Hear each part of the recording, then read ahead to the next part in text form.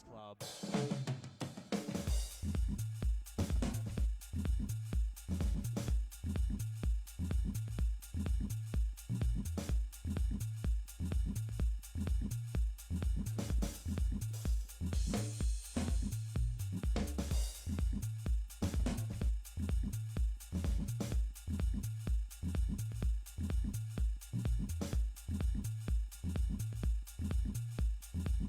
Really flying the music. Okay.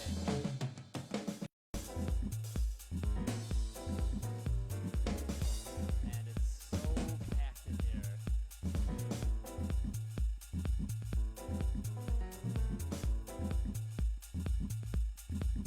The band sounds great. Double penny whistle track.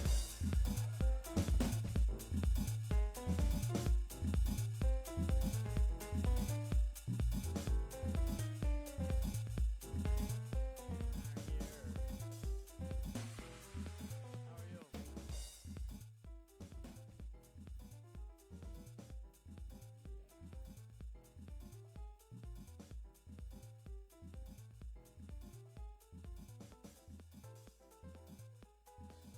Oh yeah. Thank you. Yeah, yeah, man. Did you went to the screening of Pull My Daisy? Did you enjoy it? Yeah. Yeah, I love. Yeah, that movie is great. That's the second time I saw it. David Ammons talking about it. It's really. I love that movie. Okay. All right.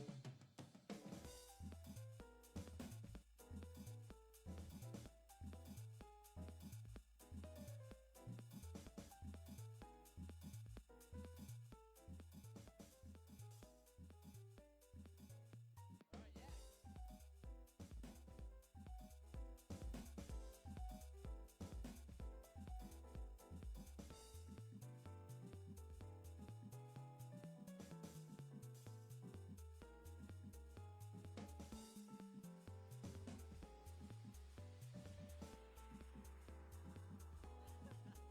Thank you. All right.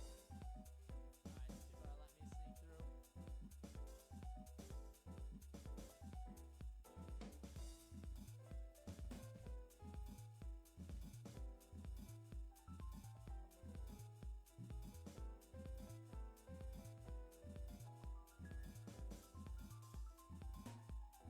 Yeah. I hope. Hear a little bit right now. They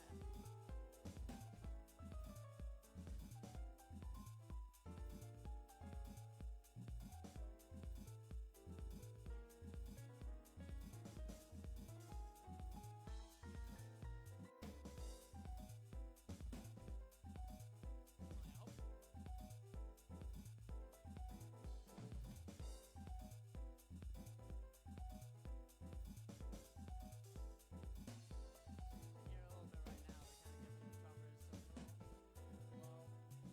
of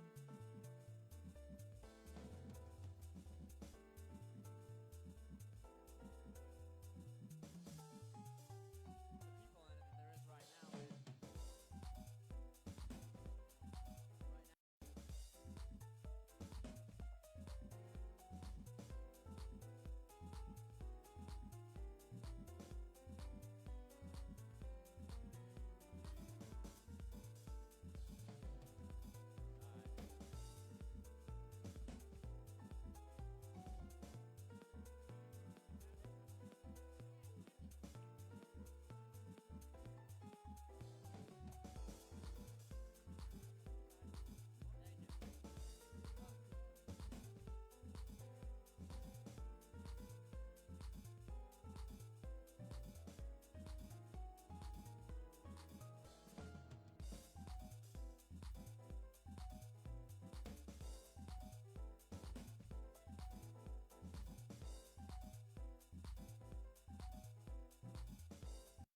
¿Por qué decimos para variar cuando nada cambia? Si aquí variamos el taco, los hochos,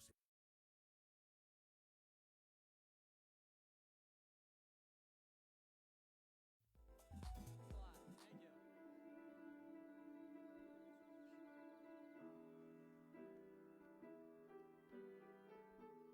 Thank you.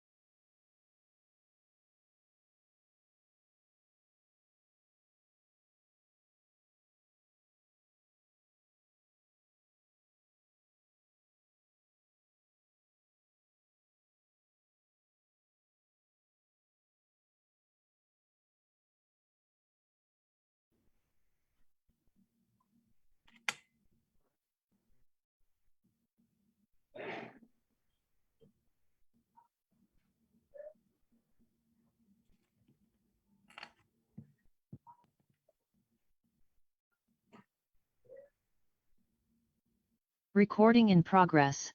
Listo.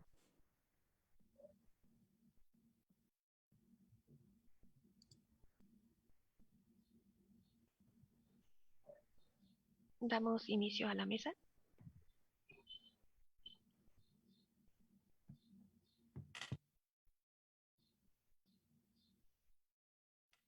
Buenos días a todos y todas. Bienvenidos y bienvenida a este nuevo día del Congreso a 50 años del movimiento del 71.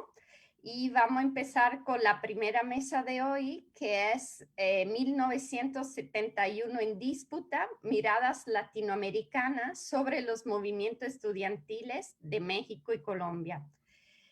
Esa mesa tiene el objetivo de analizar cómo se vivieron, representaron y recordaron los movimientos estudiantiles que en 1971 irrumpieron en Colombia y México. Empleando entrevistas a los protagonistas, prensas y otro tipo de fuentes, se presentarán las redes de solidaridad entre los activistas de los movimientos y reflexiones comparativas sobre el movimiento estudiantil de 1971 en Colombia y el halconazo en México. La simultaneidad de los movimientos, el contexto latinoamericano de la Guerra Fría y la participación de las agrupaciones y partidos de izquierda en la organización de las protestas son algunos de los elementos comunes a los dos movimientos y de los cuales surgió esta mesa. También esa mesa es fruto de la REYAL, de la Red de Estudio de la Izquierda en América Latina, y Nicolás y yo la pensamos y bueno, contamos hoy con la presencia de esas interesantísimas mesas que nos acompañan. Y bueno, voy a empezar yo, no, depende, justo de acuerdo al orden, y me presento brevemente. Mi nombre es Sara Musotti y mi doctorado es en Ciencias Políticas y Jurídica por la Universidad Pablo de Olavide de Sevilla. Y actualmente soy investigadora de tiempo completo en el Instituto de Investigaciones Históricas de la UABC en Tijuana. La ponencia que hoy les presento es sobre, se titula, perdonen, el movimiento del 68 y el halconazo en el ámbito global. Y ese trabajo tiene el objetivo de analizar con un enfoque comparativo el impacto internacional de la matanza del 2 de octubre de 1968 y el 10 de junio de 1971 y ahí intentaré un poco incorporar alguna información sobre Colombia. O no información, más bien, ¿no? Bueno, la represión del movimiento del 68 por parte del gobierno de Díaz Ordaz a pocos días de los Juegos Olímpicos y la detención arbitraria y la salida de autoexiliados mexicanos generó una amplia conmoción internacional y la activación de campañas de solidaridad que condenaron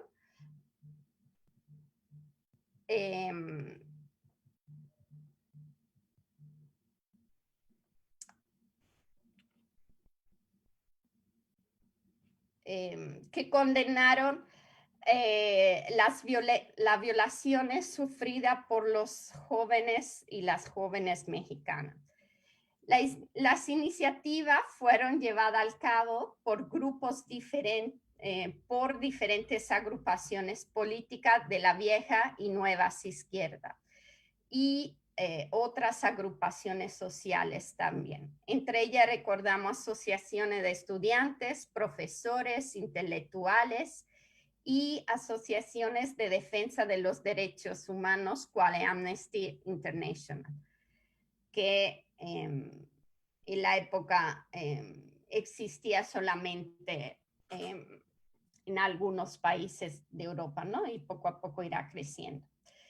Estas campañas siguieron en el post-68. Fueron llevadas a cabo por los mismos presos políticos detenidos en la cárcel de Lecumberri, por sus familiares, especialmente mujeres que los visitaban y se encargaban de difundir los mensajes recibidos. Y autoexiliado mexicano que con el apoyo de otros exiliados latinoamericanos y activistas de izquierda y pro derechos humanos enviaban cartas de protesta. Realizaban boicot de todas las actividades mexicanas que se realizaban en el exterior y denunciaban la presencia de presos políticos en la cárcel de Lecumberri. Todas esas actividades no se limitaron al 2 de octubre, siguieron hasta que Luis Echeverría concedió la ley de amnistía a los presos. Y fueron ampliamente documentados por la prensa internacional y las representaciones diplomáticas mexicanas en el exterior. En este caso me conecto un poco al caso de Colombia porque desde la Embajada de México en Bogotá remitió a la Secretaría de Relaciones Exteriores numerosos recortes de prensa sobre cómo se estaba presentando el movimiento del 68 en Colombia, ¿no? Y en general se transmitía la versión oficial de una conjura comunista con respecto al caso mexicano, ¿no? Viendo diferente tipo de prensa nacional que utilizaban los representantes diplomáticos en Colombia. A diferencia de otros países donde también existe una crítica, en el caso de Colombia, más bien hay un apoyo al gobierno por parte de la prensa más oficial, ¿no? Y entonces, y justo en la prensa internacional, en los meses anteriores, el tema de los presos políticos mexicanos y el exilio de un grupo de detenidos de Lecumberri que serán puestos en libertad a cambio de su salida del país, ocupó un espacio relevante, sobre todo en la prensa latinoamericana. Y todo eso podría hacer pensar que las actividades de estos grupos se intensificaran después de la represión del 10 de junio. Sin embargo, según las fuentes consultadas, no fue así, ¿no? Existen algunos casos de solidaridad, pero son casos muy aislados, no es una solidaridad masiva como fue en el 68. Y a pesar de la existencia de esas redes, ¿no? Entonces, pues las causas que propongo son, bueno, obviamente un cambio del contexto internacional, ¿no? En el 68 tenemos una simultaneidad de movimientos en todo el mundo muy activos, ¿no? Y en cambio el escenario del 71 ya es un escenario muy diferente a nivel internacional. Y hay un clima general, bueno, estoy generalizando, pero de mayor violencia, por lo menos en el post-68. Y la represión, ¿no? Post-68 y no favorece este tipo de solidaridad. También recordamos que el 2 de octubre casi coincidió con el aniversario luctuoso del Che Guevara, ¿no? Entonces fue el primer año. Entonces, la reivindicación antiimperialista latinoamericana fueron acompañadas por la lucha contra la violencia que los estudiantes mexicanos sufrieron en México. Entonces, hay puntos, una fecha conmemorativa que hace que la solidaridad se dé con más facilidad y el 10 de junio ya no tenemos esas fechas. Y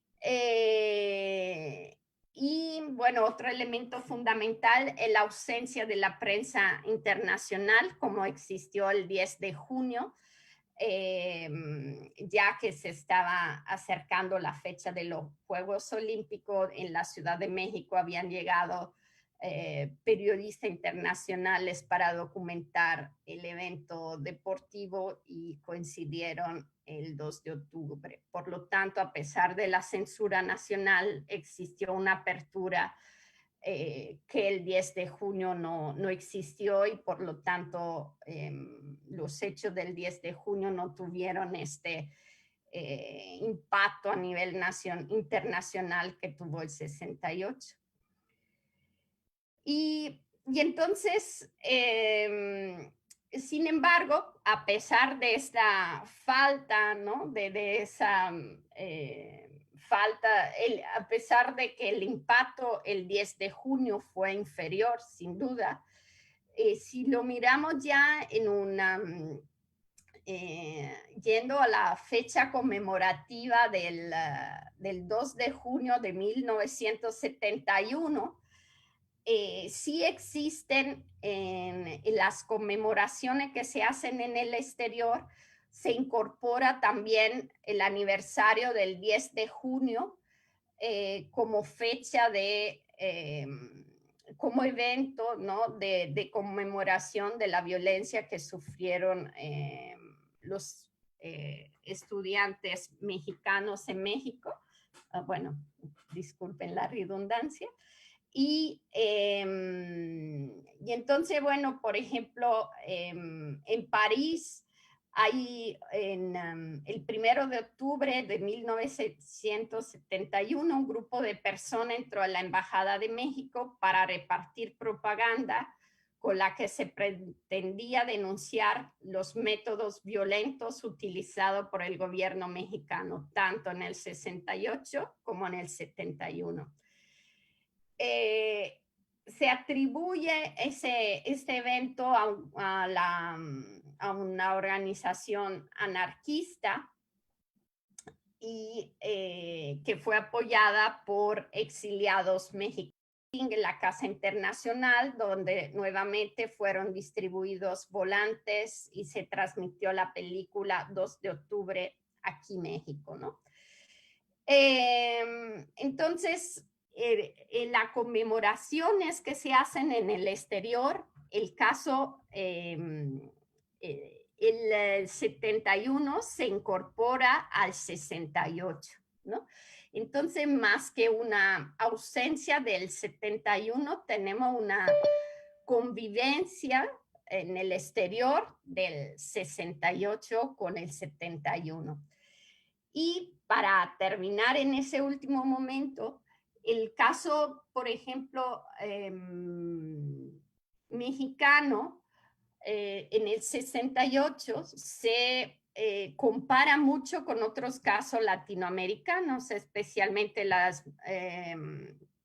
el movimiento de Brasil, las movilizaciones en Brasil, se hacen analogía por la simultaneidad de la fecha y ciertos contextos. Entonces, o a veces hasta con Venezuela, pero con respecto con respecto a las movilizaciones de junio, no encontramos una analogía ni una afinidad que se hace desde fuera, aunque tal vez con una visión un poco colonial, sobre el movimiento colombiano y mexicano, ¿no? No encontramos ningún tipo, no he encontrado, por lo menos en la fuente consultado, ese tipo de analogía ni se reincorpora en ciertas y las organizaciones que se solidarizaban desde varios grupos de la izquierda. Entonces, no he encontrado ese punto de conexión como sí existe en el 68, ¿no? Y bueno, aquí cierro para no robar más tiempo a los colegas y cedo la palabra a Nicolás, creo, perdón, sí, Nicolás Dib. El título de la ponencia es El 71 mexicano, el halconazo desde la óptica de la cuestión universitaria. Nicolás es doctor en historia y licenciado en sociología por la Facultad de Humanidades y Ciencias de la Educación de la Universidad Nacional de La Plata, Argentina.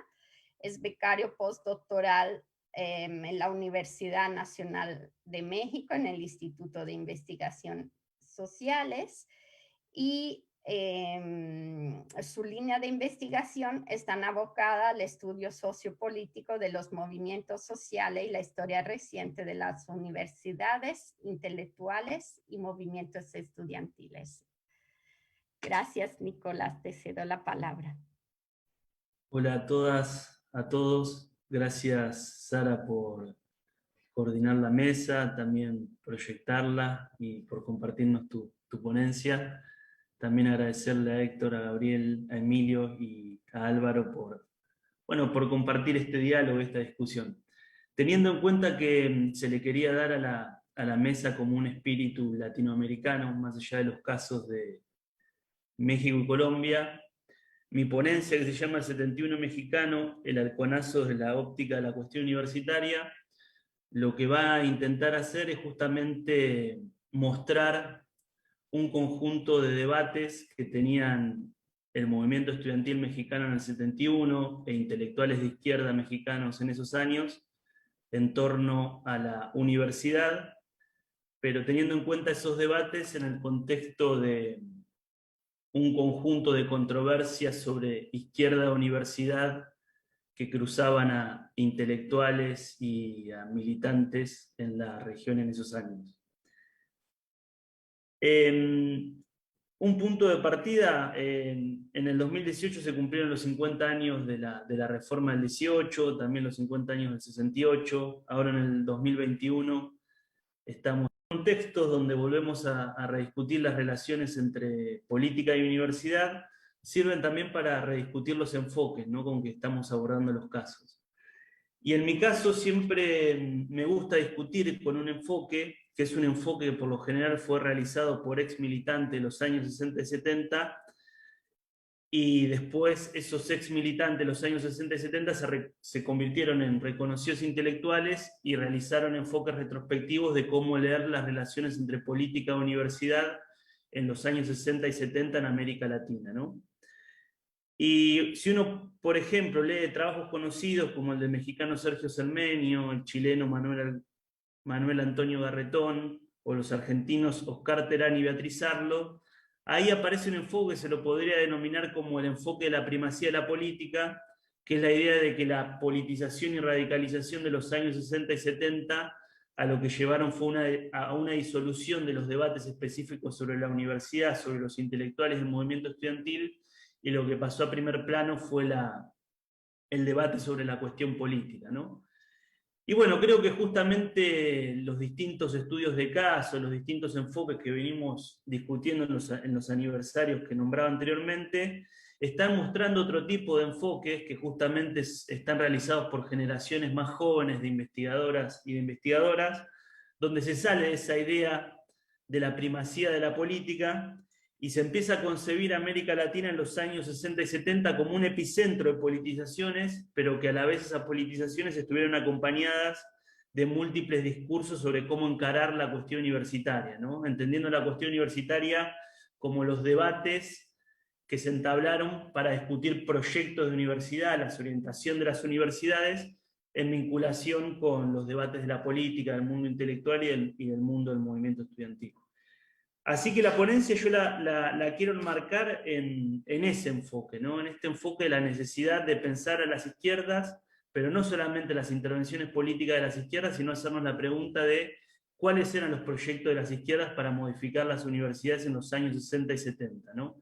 Creo que ahí es un punto importante, y este tipo de congresos justamente lo que nos permiten es poner y compartir ese tipo de enfoques.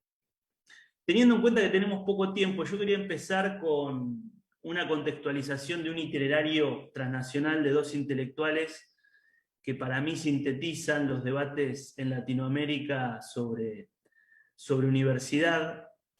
Pero teniendo en cuenta que tenemos poco tiempo, no voy a interiorizarme tanto en ello, pero quería nombrar a dos personas. A uno es el intelectual brasilero Darcy Ribeiro, que después del golpe de Estado en el 64, en Brasil, tuvo un itinerario por distintos países de la región que lo llevaron por Venezuela, por Chile, por Uruguay, por Argentina, y él en ese itinerario publica un texto donde sintetiza sus reflexiones sobre la cuestión universitaria y sus experiencias de gestión universitaria, donde tiene vinculación con distintos sectores de izquierda en la región, que es la Universidad Latinoamericana, ¿no? Donde él en la Universidad Latinoamericana hacía una fuerte crítica al modelo napoleónico basado en la orientación de profesiones liberales de las universidades, y proponía que había que retomar la reforma del 18 para instaurar una nueva reforma en los años 60 y 70 en América Latina, y le daba un protagonismo central a los estudiantes. Después muestra un modelo tripartito de cómo organizar la producción docente, científica, de extensión de las universidades, pero bueno, no me voy a explayar tanto en eso, pero sí me gustaría dejar la figura de Darcy Ribeiro para entrar al caso mexicano, y cómo publica un libro que tiene un carácter programático, que es la Universidad Latinoamericana, y ese libro tiene sucesivas reediciones en distintos países de América Latina. En vinculación con Darcy Ribeiro se da desde el otro espectro político, que lo podíamos ubicar en la derecha, la producción de Rudolf Atkin, ¿no? Que Rudolf Atkin también se lo conoce como el informe Atkin, ¿no?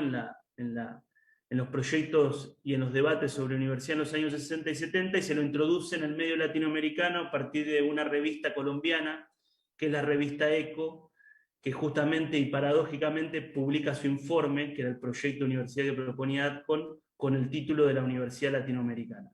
Bueno, ahí Atkin toma el modelo de los college estadounidenses para también proponer una crítica al modelo napoleónico de las universidades latinoamericanas, pero más allá de ese modelo particular en sí, si uno ve el diagnóstico que hace Atkin de las universidades, justamente establece fuertes críticas a la participación política de los estudiantes en el gobierno de las universidades, ¿no?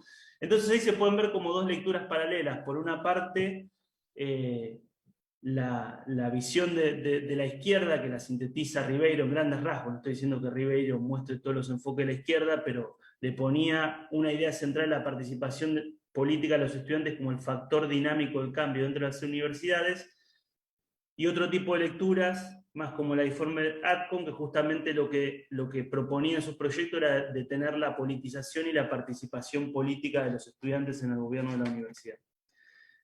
Bueno, esto como un gran resumen. De esta manera quería entrar al caso mexicano, y justamente mientras Ribeiro está en Chile y es asesor de Allende en temas educativos, también va a tener muchas vinculaciones con México, ¿no? Y en especial con Pablo González Casanova, que Pablo González Casanova es un reconocido intelectual mexicano, ¿no? Actualmente investigador del Instituto Sociales, pero en esos momentos ya tenía grandes antecedentes. Había sido director de lo que entonces era la Escuela de Ciencias Políticas y Sociales de la UNAM, director del Instituto de Investigaciones Sociales y también de la Revista Mexicana de Sociología en la UNAM. El autor de un libro que era clásico de la sociología mexicana, que era La democracia en México, tenía una gran capacidad de reunir en emprendimientos a diversos intelectuales de América Latina y también de otros puntos geográficos, ¿no? Especialmente Europa. Y esto se vuelve a evidenciar cuando en 1970 lo nombran rector de la UNAM, ¿no? a Casanova, y junto a Leopoldo Sea, que lo designa en el área de difusión cultural, van a inaugurar una revista que se llama la Revista Deslinde, que para mi entender es una de las revistas que sintetizan un proyecto editorial orientado directamente a discutir proyectos de universidad, ¿no? y lo hace a partir de intervenciones de intelectuales y políticos latinoamericanos de aquel entonces, y también europeos, entre los que se puede nombrar a Marcuse, a Sartre, al argentino Ricieri Frondizi, a Allende, al uruguayo Rodney Arismendi, también a los propios Casanova, Isea y al propio Ribeiro, ¿no? Si uno revisa esa revista, tiene un conjunto de intervenciones sobre la universidad que es para tener en cuenta. Pero bueno, yendo directamente al tema de la ponencia, que es el halconazo visto desde la óptica de la cuestión universitaria, de esta red de debates sobre la universidad, a fines de los 60 y a principios de los 70 en México se desarrollaron protestas universitarias en distintos estados, ¿no? Uno puede nombrar Sinaloa, Puebla, Nuevo León, y una de las demandas centrales era la intervención de los estudiantes en los gobiernos de las universidades. Si uno repasa esos conflictos, puede ver cómo esos conflictos influyeron en la tónica de intelectuales que se hicieron eco de esas peticiones, e incluso fueron un tema central en las apuestas más ambiciosas del movimiento estudiantil mexicano tras la represión del 10 de junio, ¿no?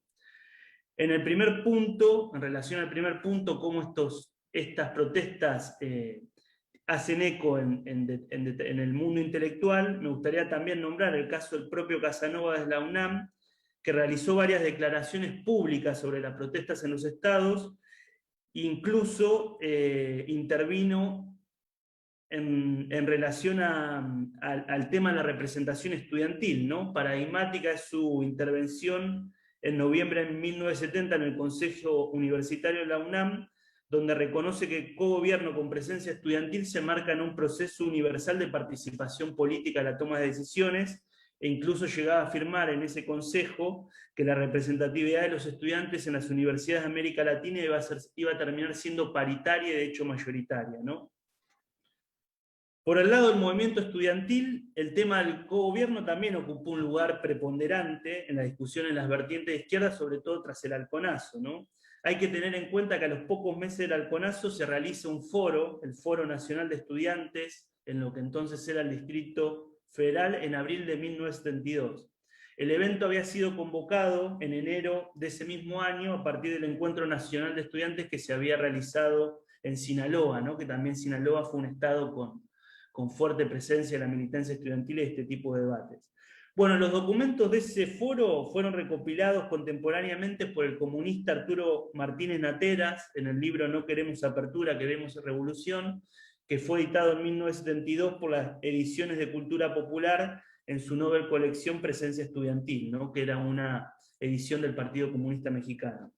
El encuentro, si uno revisa los documentos del encuentro, se presentaba a sí mismo como un espacio donde lograron confluir distintas corrientes de izquierda con críticas a la política del presidente priista Echeverría, y sintomático de estas posturas es que el temario del foro dedicado a la situación nacional se cuestionaba al presidente priista por una falta de apertura, porque por un lado liberaba a los dirigentes del 68 de la cárcel de Recumberri, pero por otra parte reprimía las organizaciones guerrilleras y continuaba con la detención estudiantil mexicano por reestructurar las universidades mediante consejos democráticos paritarios de estudiantes y profesores que funcionen como órganos máximos de gobiernos, incluso prescindiendo de los cargos de rectores y directores. Estos proyectos justamente buscaban vincular al cogobierno con la autogestión de los universitarios, porque los encargados de elegir esos consejos eran las asambleas estudiantiles y magisteriales que elegían a los representantes de esos consejos con mandatos revocables, ¿no? Y que esta política de democratización de los órganos de gobierno de las universidades debía ser acompañada por reformas de planes de estudio y la eliminación de colegiaturas, exámenes de ingreso y cupos de admisión. Lo paradójico es si uno revisa, ¿no? esos documentos, que son documentos que tienen distintas intervenciones de distintas vertientes del movimiento estudiantil de izquierda en México, y ve los sucesos políticos universitarios que pasan inmediatamente después de la publicación de esos documentos, uno ve que justamente en el terreno de la práctica los cruces entre política y universidad son un poco más complejos, ¿no? que las lecturas que hacían las propias vertientes del movimiento estudiantil. Porque si uno ve el último temario del foro, del foro estudiantil que estaba dedicado a la solidaridad internacional. Ese temario del foro reproducía invocaciones clásicas de las izquierdas, ¿no? Como Vietnam, Cuba, las denuncias a la dictadura de Brasil, pero hacía una principal referencia al proceso revolucionario que vivía Chile, y cuando hablaban de Chile hacían acusaciones a lo que llamaban, entre comillas, la demagogia política nacionalista de Echeverría, que justamente una de las cuestiones que criticaban de Echeverría era su pretensión de identificación con la vía legal que llevaba Allende en Chile, ¿no? Eso es muy llamativo, como critican el intento de Echeverría de querer identificarse como Allende. Pero si uno ve esas opiniones del activismo estudiantil mexicano, en diciembre de ese mismo año, o sea, del 72, el propio Allende intercambia elogios mutuos con el mandatario priista, con Echeverría, en su visita a la Universidad de Guadalajara, una institución que había sido denunciada en el propio Foro de Abril que organizaron los estudiantes por el asesinato de militantes del Frente Estudiantil Revolucionario a manos de la Federación de Estudiantes de Guadalajara, una agrupación que siempre se la analiza por sus vinculaciones con las autoridades políticas y universitarias. Y si uno ve el discurso que da Allende en la Universidad de Guadalajara, es bastante paradigmático, ¿no? Porque es cuando hace la advertencia, y ya con esto voy terminando, pero esa advertencia que él dice que ser agitador universitario mal estudiante es fácil, ¿no? Y si uno repasa y hace entrevistas a los militantes estudiantiles mexicanos de ese tiempo y repasa los documentos de esa época, ve cómo ese tipo de cruces entre la política nacional y lo que pasaba en el plano universitario termina de descolocar a muchos militantes, ¿no? Otro revés político que a los pocos días se produce a los pocos días de la visita de Allende a Guadalajara pasa en la UNAM también. El 7 de diciembre de 1972 González Casanova renunció a su cargo de rector, pese a que su gestión dejó importantes medidas en materia universitaria. Pienso en la creación de los colegios de ciencia y humanidades, en la creación de la Universidad Abierta, en la creación de la propia revista Deslinde, pero su gestión sucumbió ante dos conflictos fundamentales. Primero fue la toma de rectoría por grupos porriles vinculados a la Facultad de Derecho, y por otra parte, la primera huelga laboral del Sindicato de Trabajadores y Empleados de la UNAM, ¿no? El STUNAM. El desenlace expresó, y esto lo muestran muchos trabajos que han abordado este periodo, la escasa articulación política de la gestión de rector con los distintos sectores de izquierda, ya sea académicos, administrativos y del estudiantado. Y a mi entender ahí la renuncia de Casanova acabó con una de las experiencias más propositivas, ¿no? de la discusión universitaria dadas desde las izquierdas. En febrero de 1972 esa gestión, y ya termino, Sara, perdón, para no extenderme más. Organizó, junto con la Unión de Universidades de América Latina, la segunda conferencia latinoamericana de difusión cultural y extensión universitaria, donde participan Darcy Ribeiro, incluso otros intelectuales como Ángel Rama y Miguel Rodríguez Monegal, ¿no?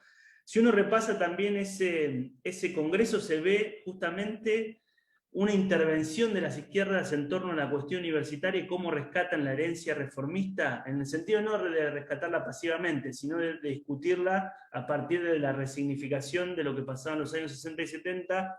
Se ve también cómo discutían el tema de la participación política de los estudiantes, ¿no?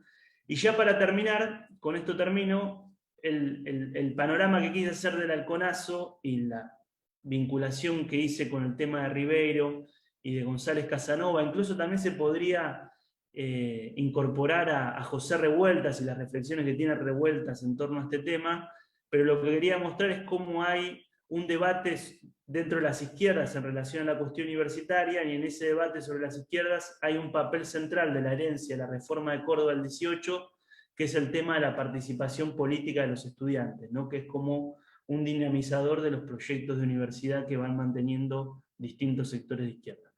Y bueno, disculpen la demora, ya con eso termino. Gracias. Muchas gracias, Nicolás. No, al contrario, todo perfecto. Pasamos a la tercera ponencia, que es de Gabriel Zamaca Alonso. La ponencia se titula Una mirada historiográfica al movimiento estudiantil de 1971 en Colombia, ideas para una agenda investigativa mancomunada. Y brevemente, Gabriel es profesor cátedra de la Universidad Industrial de Santander y la Universidad EAFIT. Es doctor en Historia por el Colegio de México. Actualmente es el coordinador académico del Seminario de Historia Intelectual de América Latina adscrito al Colegio de México, la Universidad de Colima y la UAM Guajimalpa. Sus intereses investigativos abarcan la historia de la historiografía latinoamericana, desde la historia intelectual, la relación entre lenguajes políticos y movimientos estudiantiles y por la presentación y a ti y a Nicolás por la invitación y a los organizadores del evento por esta oportunidad, y saludo desde luego muy especialmente a los colegas que están en la mesa y al público que nos sigue en redes. Quisiera proyectar para ir muy preciso en la presentación. ¿Me confirman por favor si están viendo mi pantalla? Ok, sí. bueno. Entonces, bueno, como decía Sara, entonces el trabajo que voy a presentar el día de hoy se titula Una mirada historiográfica al movimiento estudiantil de 1971 en Colombia, ideas para una agenda investigativa mancomunada.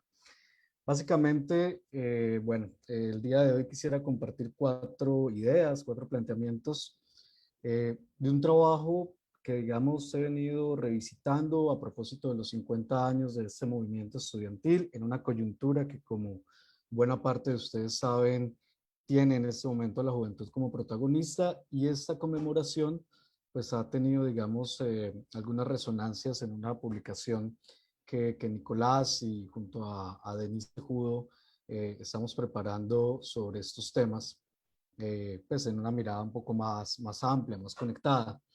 El día de hoy quisiera mencionar básicamente o poner sobre la mesa algunos elementos de carácter historiográfico. Inicialmente, retomar, digamos, la importancia de la historiografía para la renovación de la investigación sobre estos temas que nos convocan en el evento y el día de hoy. Contarle al público más o menos cuáles han sido las principales lecturas sobre el año 71, que quizás es el momento más importante de la movilización estudiantil en el siglo XX en Colombia. Plantear unos comentarios críticos que, en mi opinión, dan cuenta del estado de la historiografía en el país sobre este tema, y finalmente tratar de compartir algunas ideas para pensar una agenda mancomunada, colectiva, que abra horizontes en la medida de lo posible para la renovación de este tema. De manera muy breve voy a mencionar cuál es esa coyuntura del 71 a la que nos estamos refiriendo y que hace parte pues de la mesa del día de hoy.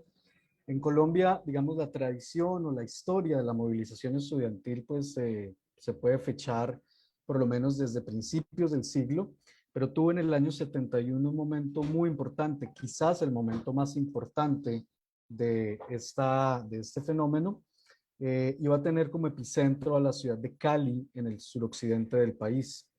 En términos muy generales, la movilización estudiantil empieza por la elección de un decano, las autoridades académico-administrativas de una facultad, y el 26 de febrero del año 71, luego de una movilización al interior de la ciudad, se va a desarrollar una situación confusa de enfrentamiento entre fuerza pública y estudiantado, que va a derivar en una masacre. Digamos, es objeto de discusión cuántos estudiantes murieron en estos acontecimientos, pero va a ser el detonante para una nacionalización de un movimiento que se va a extender a lo largo de todo el año en buena parte de las universidades públicas y privadas del país. En algunas universidades, como la Universidad Nacional de Colombia, la Universidad de Antioquia y la Universidad Industrial de Santander, el ensayo de una cogobierno o de una ampliación de los consejos superiores universitarios con presencia estudiantil y profesoral, y la exclusión de sectores como los representantes de los gremios industriales, de los gremios económicos y la Iglesia Católica. Grosso modo, esa es la coyuntura a la que nos vamos a referir.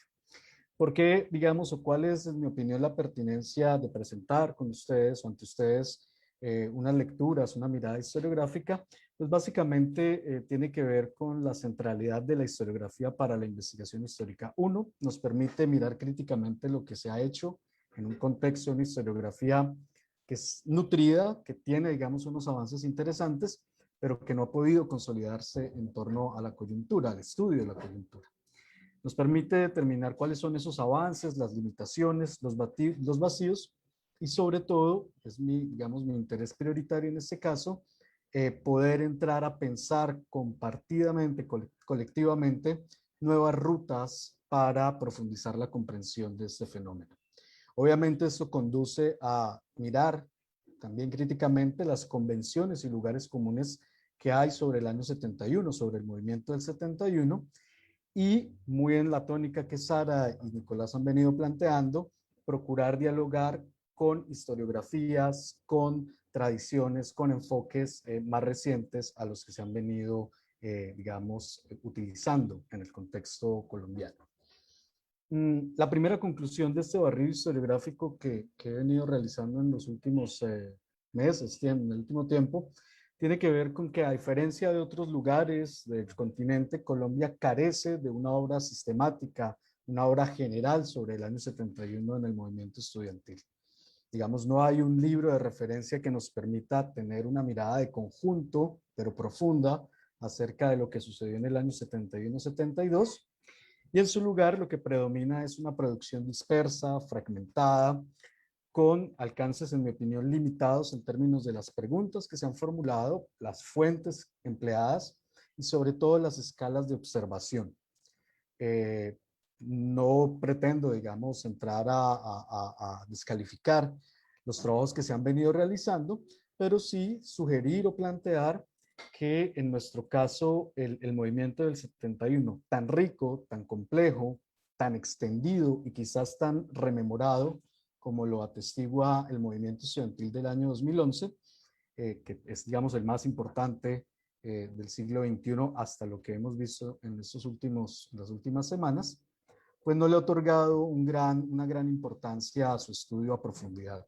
¿Qué hay, digamos, entonces sobre el 71? ¿Qué conocemos? ¿Qué se ha producido en torno a ese movimiento?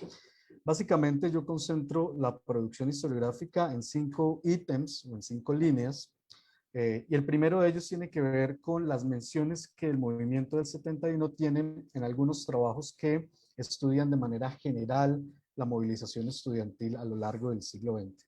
Es un momento importante, es un hito, digamos, pero no tiene, digamos, un desarrollo profundo en estas investigaciones generales.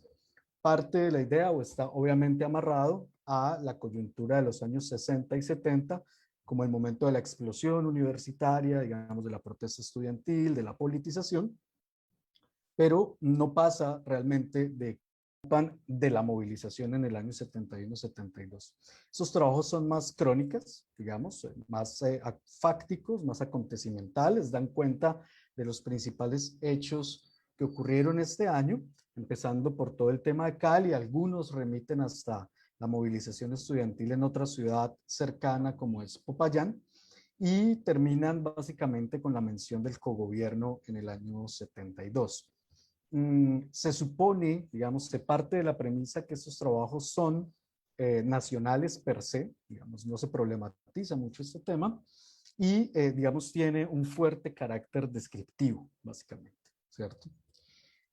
Además de estos trabajos hay unos casos regionales, especialmente el de la Universidad del Valle, pero esos trabajos sobre la Universidad del Valle, que fue un epicentro muy importante, como ya mencionaba, tiene que ver con, digamos, también una cuestión más descriptiva, casi anecdótica en el sentido de la rememoración por parte de algunos protagonistas, ha sido llevado a la literatura, al cine documental, pero no trasciende, digamos, no tiene mayores pretensiones analíticas, digamos, de otro orden. Llama la atención que en estos trabajos regionales, en un sistema universitario muy regional, no tengamos trabajos detallados o profundos sobre la Universidad Nacional de Bogotá, por ejemplo, sobre la Universidad de Antioquia, y algo, eso sí lo ha venido trabajando el profesor Álvaro Acevedo, para el caso de la Universidad Industrial de Santander. Es decir, no tenemos de las 4 o 5 universidades más importantes investigaciones que den cuenta de las circunstancias, de las condiciones particulares en que se desarrolló la movilización estudiantil de este año. Hay otra arista que me parece importante destacar a propósito de lo que se ha venido comentando y tiene que ver con el lugar de las organizaciones o de la ideología de izquierda o de las múltiples corrientes de la izquierda que, digamos, dominaban en la época y la relación con la protesta estudiantil. Hay investigaciones sugerentes, especialmente sobre algo sobre el maoísmo, muy poco sobre la corriente o la vertiente guevarista, digamos, vinculada a lo que será el Ejército de Liberación Nacional, y menos aún sobre los comunistas, algo sobre los socialistas que en el caso colombiano estaban identificados con el trotskismo. ¿Qué veo yo en este tipo de trabajos que, insisto, no son obras de largo aliento, sino estudios muy, pues, digamos, muy concretos? Un predominio de la historia de las ideas, más o menos, de izquierda, antes que una historia de otro orden. En algún momento más adelante mencionaré cuáles vendrían a ser esos vacíos más importantes. Y finalmente el año 71 se concentra en el estudio del programa mínimo, también con un trabajo muy pequeño de Isabel Hernández Arteaga, que básicamente hace un análisis de contenido de los principales puntos de las demandas estudiantiles de la época, el fenómeno del cogobierno que ha sido estudiado con más ahínco por Álvaro Acevedo y su equipo de trabajo, y en alguna medida, muy recientemente, algo sobre la participación de las mujeres en la movilización estudiantil. Digamos, grosso modo, este es el panorama de los estudios sobre el año 71 en el país. Como decía, no hay una obra sistemática que por tanto nos permita, digamos, dialogar en otras condiciones y en otros términos con otras historiografías a nivel nacional, pues a nivel internacional e incluso global. 4 comentarios críticos para entrar a la agenda, que es lo que más me interesa compartir con ustedes el día de hoy. Como decía, hay un predominio, en mi opinión, de lo descriptivo sobre lo analítico, es decir, la crónica, la narración de hechos sucesivos, digamos, desplaza la pregunta o las preguntas por las condiciones de posibilidad histórica de la protesta universitaria como se presentó en este año. Digamos, básicamente eso es lo que hemos producido dentro de la historiografía colombiana. Unos trabajos más, digamos, fácticos que apuestas interpretativas de otro orden. En mi opinión, esto se debe a dos razones. La primera de ellas tiene que ver con lo que llamo aquí prisiones documentales, que básicamente terminan circunscribiéndose al trabajo con prensa local y nacional. El periódico El Tiempo, El Colombiano para el mundo antioqueño, Vanguardia Liberal para Santander, y otros periódicos locales y regionales, pues nutren, digamos, la investigación o los acervos, digamos, de datos, las bases de datos de los investigadores, y hay unas compilaciones documentales de la época, una realizada para la Universidad de Antioquia, una de la Federación de Estudiantes Universitarios del Valle para pues, la Universidad del Valle, y una compilación de noticias de prensa para Santander. Esas compilaciones pues, son muy importantes. En mi opinión, tampoco han sido explotadas al 100%, pero creo que han limitado la búsqueda de información y la exploración de otros acervos, por ejemplo, los que señalaba Sara en términos de las relaciones exteriores, o lo que últimamente han venido proponiendo Ingrid Bolívar y Oscar Calvo, como es acercarse a los informes de inteligencia del Estado. Estos son, en mi opinión, pasos interesantes que la investigación histórica sobre el 71 puede y debe dar. Esas prisiones documentales entonces se complementan con unas, digamos, una especie de ensimismamiento, o más que ensimismamiento, de desconocimiento de los enfoques o perspectivas historiográficas, digamos, que se han incorporado en otros contextos para estudiar estos fenómenos. Como les decía, para el caso del pensamiento político o del tema de la politización, creo que hay más historia de las ideas que otra cosa, una historia de las ideas inclusive hecha de manera más intuitiva, empírica. Yo particularmente tengo un trabajo sobre esta línea hecho de esa manera ya hace varios años, pero que creo se puede entrar a renovar y enriquecer con otros diálogos, con otros acercamientos. Y hay una, digamos, un techo o a nivel contextual que tiene que ver con la historia de la modernización educativa. En alguna medida, la interpretación que se ofrece sobre estos temas, cuando la hay, se concentra básicamente en los proyectos de reforma desarrollista de la universidad de los años 60, 70 en Colombia, muy en la tónica del informe Atcon y demás, y la manera como los estudiantes reaccionaron ante este proyecto modernizador. En términos muy generales, digamos, se piensa a Atcon, pero no se le aterriza en diferentes contextos, o tampoco, por lo que yo conozco hasta ese momento, no se dialoga con propuestas como las que Nicolás venía planteando, y es cuáles serán esas propuestas universitarias o de reforma universitaria o de universidad por parte de otros sectores sociales, políticos e intelectuales. Esto se acompaña además de una lectura del momento político que caracteriza estos años, que son los años del Frente Nacional, un pacto bipartidista para superar la violencia a mitad de siglo, la violencia política, como parte de un cierre, digamos, político del sistema colombiano. Entonces tenemos sistema político cerrado, modernización educativa, y esas son las dos claves interpretativas que predominan en estos estudios. Recientemente han venido incorporándose algunos elementos de la sociología de los movimientos sociales, específicamente los trabajos de Sidney Tarrow, de Charles Tilly, de Melucci, de Touraine, que combinan lo que conocemos pues como la estructura de oportunidades políticas, los repertorios de protesta y algunas preguntas por la identidad o la configuración de la identidad. Creo, sin desconocer la relevancia de estos enfoques, que puede pensarse, digamos, en términos más radicalmente históricos el fenómeno, este tipo de fenómeno, sin dejar de dialogar con la sociología, desde luego, pero incorporando otros elementos. En alguna medida, a veces, algunos trabajos terminan, digamos, ofreciendo lecturas más sincrónicas que diacrónicas del fenómeno, y eso en algún sentido, creo yo, sacrifica su comprensión más cabal, más profunda. Disculpa, Gabriel, te quedan 2 minutos. Perfecto, Sara, muchas gracias. Para cerrar, entonces, quisiera mencionar estas ideas para la posible agenda investigativa mancomunada. 1.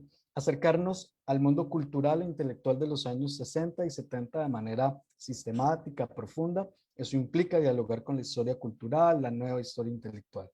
En segundo lugar, creo que es muy importante, renunciando tomando distancia un poco de esa oposición a veces fuerte entre lo político y lo social o lo gremial, como se ha entendido este periodo y este fenómeno, apostar por una historia de las organizaciones juveniles de izquierda. No conocemos una historia de la juventud comunista, de la juventud patriótica, de los grupos leninistas, marxistas, maoístas, de los grupos guevaristas, que van a tener un protagonismo central como puente entre las demandas propiamente universitarias y las luchas políticas más amplias. En términos de enfoque, me interesaría proponer o sugerir más bien la posibilidad de acercarnos a la historia de los lenguajes, cuenta de, digamos, la importancia de trascender esa historia de las ideas, unas ideas fuera de contexto, unas ideas desencarnadas, para ir hacia las dimensiones pragmáticas, a las transformaciones semánticas de las categorías centrales de la acción política y social de los estudiantes de la época. Y eso implica además repensar también el juego de escalas, en el sentido de la progresiva nacionalización del movimiento estudiantil, que se da por sentada, y de las conexiones o vinculaciones internacionales que hay, tanto directas en términos de relaciones con organizaciones estudiantiles o juveniles de otras partes del mundo y del continente, pero además de ello, para pensar, digamos, esos Global 60s de los que se ha venido hablando últimamente. Y esto obviamente implica renovar el repertorio de fuentes, ampliar la posibilidad de acervos documentales más amplios, pero digamos que tengan como protagonista la voz de los estudiantes, pero también archivos institucionales de las universidades y, como venía mencionando, pensar y abordar otro tipo de fuentes como los informes de inteligencia, los archivos de las universidades, de los gobiernos departamentales y locales, donde creo podemos entrar a... Muchas gracias, Gabriel. Recordamos que seguimos con la mesa 10, 1971 en disputa, mirada latinoamericana sobre los movimientos estudiantiles de México y Colombia. Y seguimos con la ponencia número 4 de Héctor Hernán Díaz Guevara. El título de la ponencia es Por una educación para el desarrollo, la propuestas educativa de las organizaciones maoístas en la Universidad Colombiana y Peruana 1970-1980. Héctor es doctorando en el Instituto de Investigaciones Históricas de la Universidad Michoacana de San Nicolás de Hidalgo y la presente ponencia deriva de su investigación doctoral que compara el desarrollo del maoísmo en Colombia y Perú. Y pues te cedo la palabra. Muchas gracias, Héctor. Mil gracias a ti, Sara, a Nicolás y pues en general a la red, ¿no? Por haberme hecho esta invitación, y a los organizadores de este evento que he podido estar siguiendo desde el día de ayer y ha destacado, ¿no? Por la altísima calidad de las investigaciones presentadas y pues como es natural a la gente que nos está viendo y a mis colegas en la mesa que bueno, ya hemos escuchado y que estamos prontos a terminar de escuchar con la presentación de Emilio. Entonces, pues sin más preámbulo, quisiera compartir las diapositivas que tengo por aquí. Y creo que ya se están compartiendo. Sí, se ve correctamente. Ok, perfecto. Muchas gracias, Sara. Entonces, bueno, el trabajo que estoy presentando efectivamente deriva de mi investigación doctoral, donde comparo el desarrollo de los maoísmos en Colombia y en Perú entre las décadas del 60 y finales de los 80, en el marco de lo que se viene manejando o interpretando como una guerra fría global. ¿Qué características tiene esta guerra fría global dentro de la nueva historiografía de la guerra fría? Bueno, algunos de sus principales exponentes, como Ottar Neguestas de la Universidad de Yale, señalan que esta interpretación de la guerra fría parte de asumir unos nuevos marcos temporales para la lectura de este acontecimiento. Entonces, estos nuevos marcos temporales son bastante más extensos de los que estamos acostumbrados para trabajar un periodo de por sí bastante extenso, que es el de la Guerra Fría en los términos tradicionales. Westad lo ubica en el proceso expansionista estadounidense que inicia en la Guerra Hispanoamericana de 1898 y que encuentra su elemento de confrontación internacional después de la Revolución Bolchevique en el 17, ¿no? Entonces estamos viendo estos elementos que nos sirven para pensar claves de la confrontación en el resto del mundo. Y cuando hablamos de esto, ¿a qué hacemos referencia? En que las claves interpretativas del conflicto, comunismo, capitalismo, que aparecen según la historiografía, digamos, entre comillas gigantes, tradicional en el 1947-48, pues con estas claves de Westad podemos ubicarlas antes. Y efectivamente, si revisamos la prensa peruana de la década de los 20, podemos notar como, por ejemplo, en el marco del cierre de la revista Mauta, ¿no? A mediados de la década del 20, ¿no? Cuando pues cierra la revista y Mariátegui iba preso una semana, ¿no? A una cárcel en Lima, encontramos que la justificación de la prensa es la existencia de un complot comunista internacional que estaba por asaltar las mentes de los jóvenes limeños. Entonces vemos que estas claves de lectura se parecen, no sé, a lo que Sara mencionaba sobre la prensa cubriendo el Tlatelolco, el Halconazo, pero aparecen 40 años antes. Entonces, hay elementos que nos permiten pensar estas claves que señala Westad dentro de Latinoamérica y pues bueno, hemos apostado por esta línea. Continuando por allí, por esta misma línea interpretativa de la nueva Guerra Fría global, encontramos que el enfrentamiento ideológico es revestido de una nueva fuerza a través del conflicto entre proyectos de modernización, porque a partir del éxito de nuestros proyectos de modernización se puede asegurar la fidelidad del desarrollo del proyecto que están presentando las potencias enfrentadas, a saberse la Unión Soviética y los Estados Unidos, desde la década de los 20, 30, pero con fuerza ya a finales de los 40, 50 en adelante. Ahora, la modernización como ideología, ya lo han mencionado en algunas intervenciones muy puntuales, mis antecesores, Nicolás Dipp y Gabriel Zamacá, aparecen dentro de distintos matices, dentro de distintas formas. El plan Etcon se ha mencionado en varias ocasiones ya como un representante de esto. Sin embargo, el elemento por el cual yo considero importante abordarle esta cuestión, además de las referencias citadas al trabajo de Westad, es que se consideraba que a partir de la modernización, al menos desde Washington se pensaba eso, de la modernización de las estructuras político, burocrático, institucionales en la América Latina, podría llegarse a una mejor construcción de legitimidad, por así decirlo.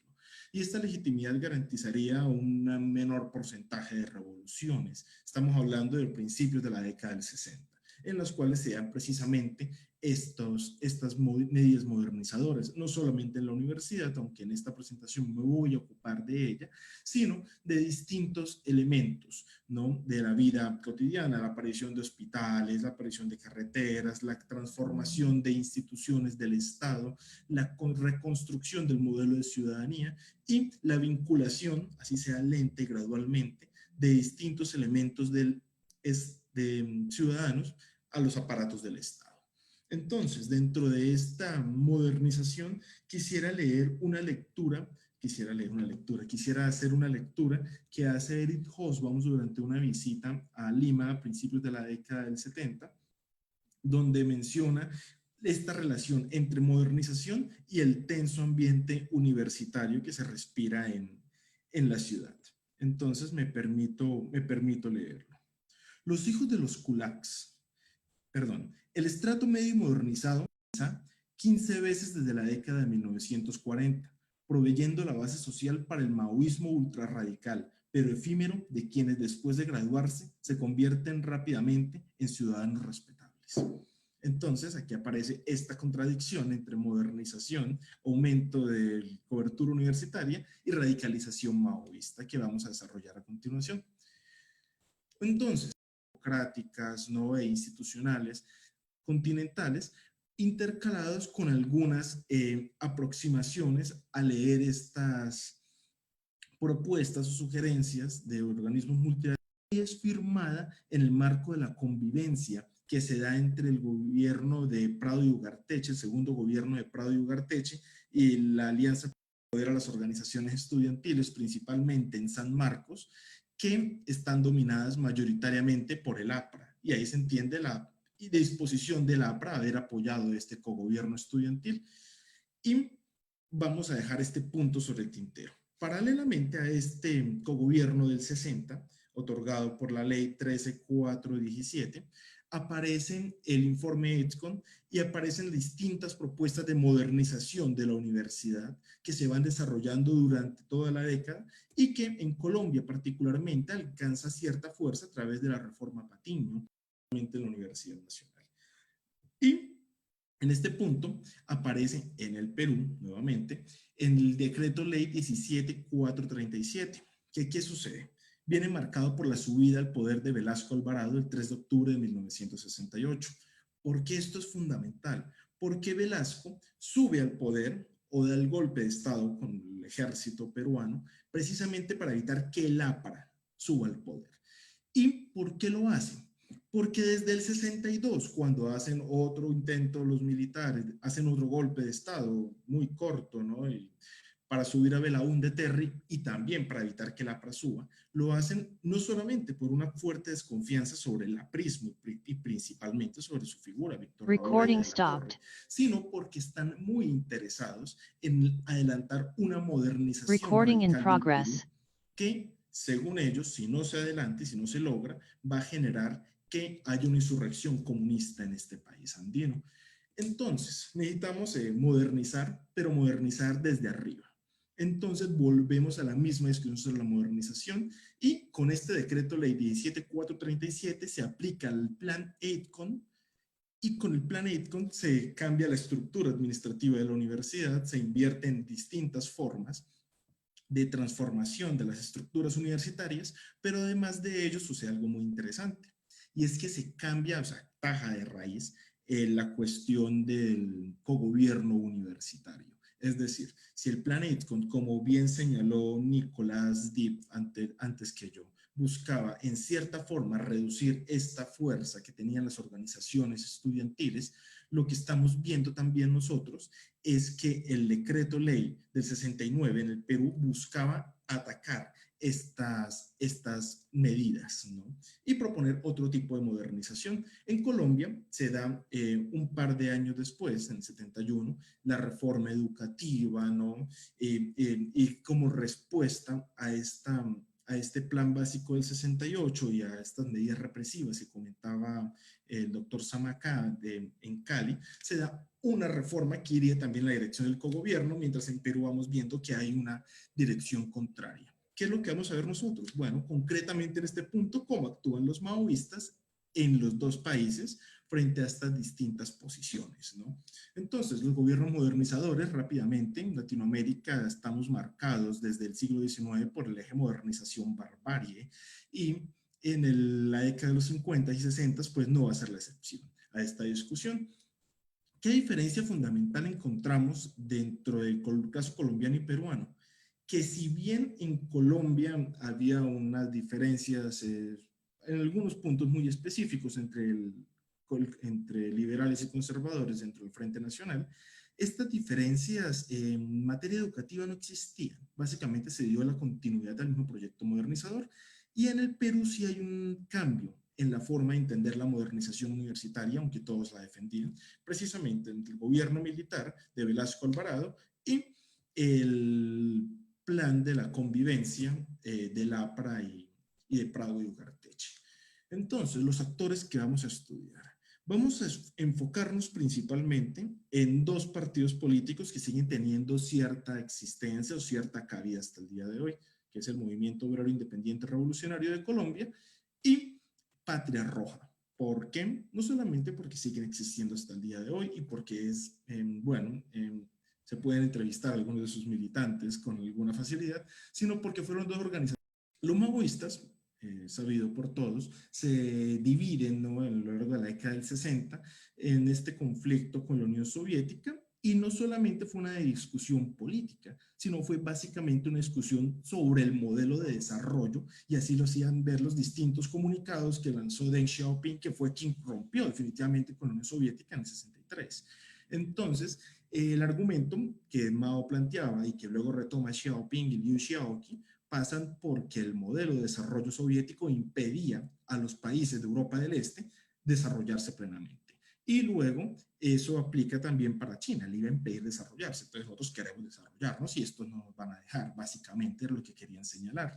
En esa lógica, los maoístas en Colombia y en Perú replican de una u otra forma este mismo planteamiento a la hora de hacer sus pronunciamientos. Entonces están haciendo un llamado tanto en Colombia como en Perú por el fomento de una educación científica, nacional, popular, que permita el desarrollo de las estructuras económicas del país, y que los proyectos modernizadores inspirados en AIDCON, como el plan del 68 en Colombia y el decreto ley del 69 en el Perú, iban a impedir la realización de estas miras que ellos perseguían para sus países, es decir, iba a mantener la construcción como neocolonias dentro de las estructuras educativas de los distintos países estudiados. Estas estructuras, pues bueno, estas propuestas calaron fuerte dentro de sectores importantes del estudiantado, a tal punto que, y contrario a lo que el sociólogo Nicolás Lynch plantea a la hora de interpretar esos acontecimientos en el Perú, quien dice que básicamente San Marcos perdió toda su fuerza y perdió toda la relevancia política porque dejó de lado la revolución de los militares peruanos. Contrario a lo que plantea Nicolás Lynch, yo creo personalmente, y varios otros junto conmigo también piensan lo mismo, que lo que sucedió en San Marcos en este periodo, en esta coyuntura muy específica, es que se convirtió en el único elemento opositor de izquierdas al gobierno del general Alvarado. Y esto generó que se convirtieran las instituciones educativas, las plataformas estudiantiles del Perú en plataformas de oposición fuertes contra el gobierno de Alvarado, principalmente la Federación de Estudiantes Revolucionarios y el Frente Nacional de Estudiantes del Perú, la FENEP. Entonces, se convierten en células fuertes contra Alvarado, con un matiz que tenemos que mencionar. El gobierno de Alvarado tenía una alianza fuerte con el Partido Comunista Unidad de Jorge del Prado Chávez. Por lo tanto, los comunistas se marginan del movimiento estudiantil peruano. Y el aprismo ya había sido casi que expulsado en la década del 60. Es decir, en los 70 la universidad se vuelca dentro del maoísmo y sus distintas expresiones, Estrella Roja, Patria Roja, que son los que yo estudio, y en Huanango, en el centro sur del país, Huamanga, perdón, en el centro sur del país, la expresión fuerte de Sendero Luminoso que comienza a conformarse en este periodo. Entonces, vemos que el maoísmo se apropia de esta lucha, de estos espacios, y que desde allí lanza su eje de ataque contra el gobierno. En cambio, en Colombia, bueno, el gobierno colombiano no tiene ningún tipo de alianzas con ningún sector que podríamos considerar social, popular, y todo lo contrario. Por lo tanto, los distintos estudiantes universitarios plantean sus posiciones también frente a la revolución dentro de estas plataformas estudiantiles. Y pues bueno, dentro de ellas el MOIR logra fuerza a través de sus estructuras juveniles, la Juventud Patriótica, y logra hacerse al cogobierno como una victoria del movimiento estudiantil en algunas universidades del país. ¿Qué sucede?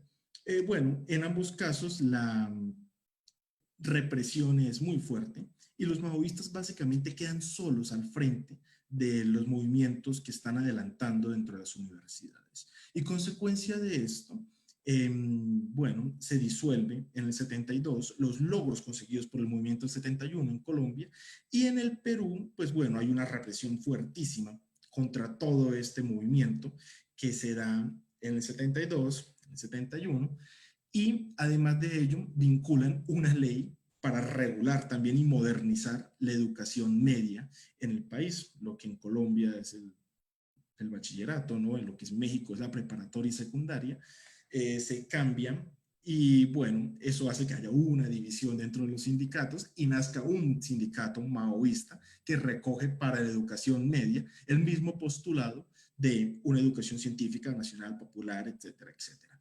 Entonces, estamos viendo que el modelo modernizador norteamericano perseguía un modelo muy concreto de interpretación de la realidad dentro de la Guerra Fría, el cual pretendían plegar a los distintos países e instituciones que se encontraran dentro de su área de influencia, principalmente Latinoamérica, como es natural, y como hemos visto a partir de planes como el EDCON, etcétera, etcétera.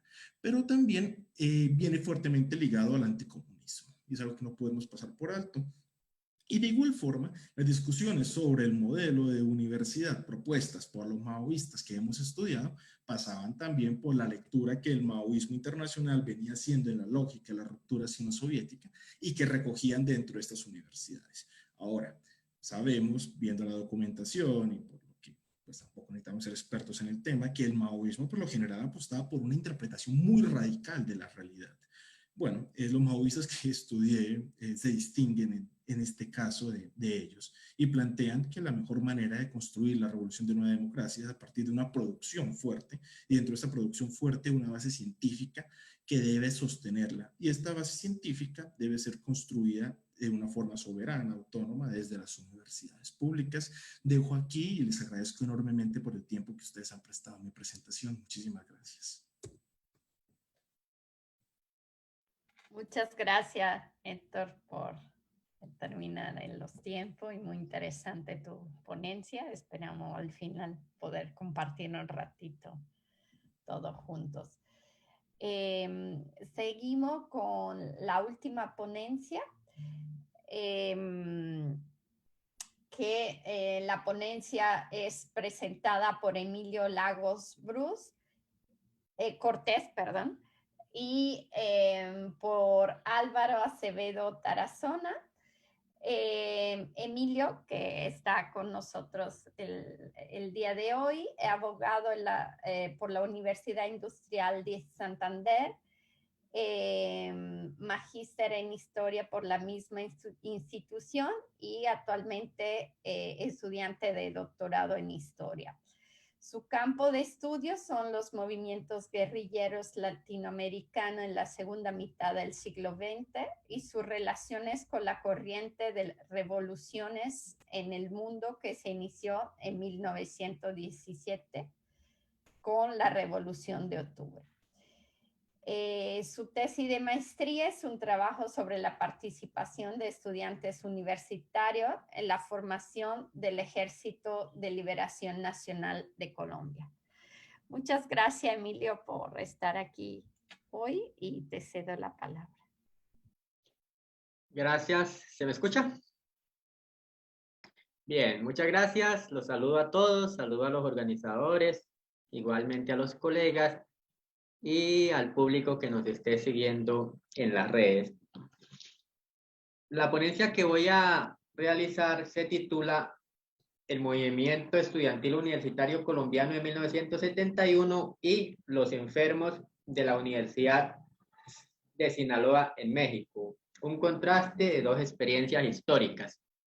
La idea es exponer a grandes rasgos las características fundamentales de esos dos procesos, considerando que tienen una vinculación en cuanto a un contexto mundial que se expresa en América Latina y que tiene concreción en cada uno de esos países con, obviamente, semejanzas y diferencias. Entonces, vamos a exponer esos dos temas, exponiendo primero un marco general, unas tendencias mundiales que nos parece que determinan esas experiencias que se concretaron en los países, con base en una tesis que formula el profesor Álvaro Acevedo al estudiar el 1968, el acontecimiento de 1968, que lo considera el profesor esa expresión, el mayo francés, de lo que él llama una revolución cultural planetaria. El marco en Francia que ocurre en el mayo francés, que se expresa en situaciones como el feminismo, el hipismo en los Estados Unidos, la lucha por los derechos civiles, etcétera. Es eso lo que tratamos de ilustrar. Entonces, el movimiento estudiantil que se da en Colombia en el año 71 es considerado el gran movimiento bolivístico del estudiantado universitario colombiano. Prácticamente paralizó todo el movimiento, todo el sistema universitario colombiano, incluyendo universidades privadas, no solamente las universidades públicas.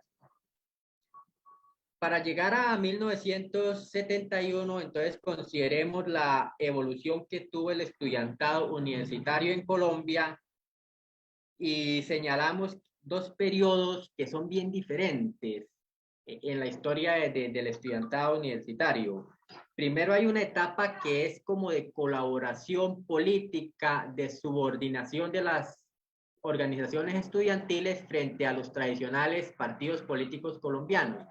Entonces, si bien existían en las universidades colombianas ciertas formas de organización política, no presentaban la beligerancia, la crítica hacia el establecimiento, el rechazo hacia el gobierno que iba a mostrar en la segunda mitad del siglo, porque básicamente estaban controlados por los partidos políticos. Las organizaciones estudiantiles y particularmente sus dirigentes eran de las juventudes del Partido Liberal o de las juventudes del Partido Conservador, que utilizaban esos espacios como un espacio de preparación para su vida profesional, para después saltar a la vida política. Entonces había una situación de colaboración con el establecimiento político del país. Y en el año o en la segunda mitad del siglo, eso cambia a partir de un fenómeno que fue la participación del estudiantado universitario en la lucha contra la dictadura. Colombia vive una dictadura del general Rojas Pinilla entre los años 53 y 57, y en un momento determinado el establecimiento, los partidos tradicionales participaron en una lucha para tumbar esa dictadura cuando dejó de serle funcional, pero vinculó a la sociedad civil, entre esas al estudiantado a la lucha. El estudiantado universitario, también el estudiantado de los colegios de la secundaria, participa en esa lucha y adquiere experiencia política. Muchas de las personas que después van a participar en las organizaciones de izquierda y revolucionarias de Colombia tienen su primera experiencia política, bien sea en la universidad o en los colegios, luchando contra la dictadura. Entonces, ese despertar del estudiantado colombiano hacia la lucha política se da de la mano del establecimiento luchando contra la dictadura, y más adelante se va a independizar políticamente de los partidos tradicionales, del Partido Liberal y Conservador, y se va a adoptar lo que se llama el giro hacia la izquierda. Asume posiciones de izquierda, críticas hacia el establecimiento, críticas hacia la sociedad burguesa, porque la bandera que va a adoptar es de crítica al capitalismo, de crítica a la burguesía y defensa del socialismo. Entonces, esa va a ser como la gran característica en cuanto a la conciencia política de los estudiantes universitarios, el giro hacia la izquierda después de cierta evolución política. En eso se señala una gran influencia de la Revolución Cubana.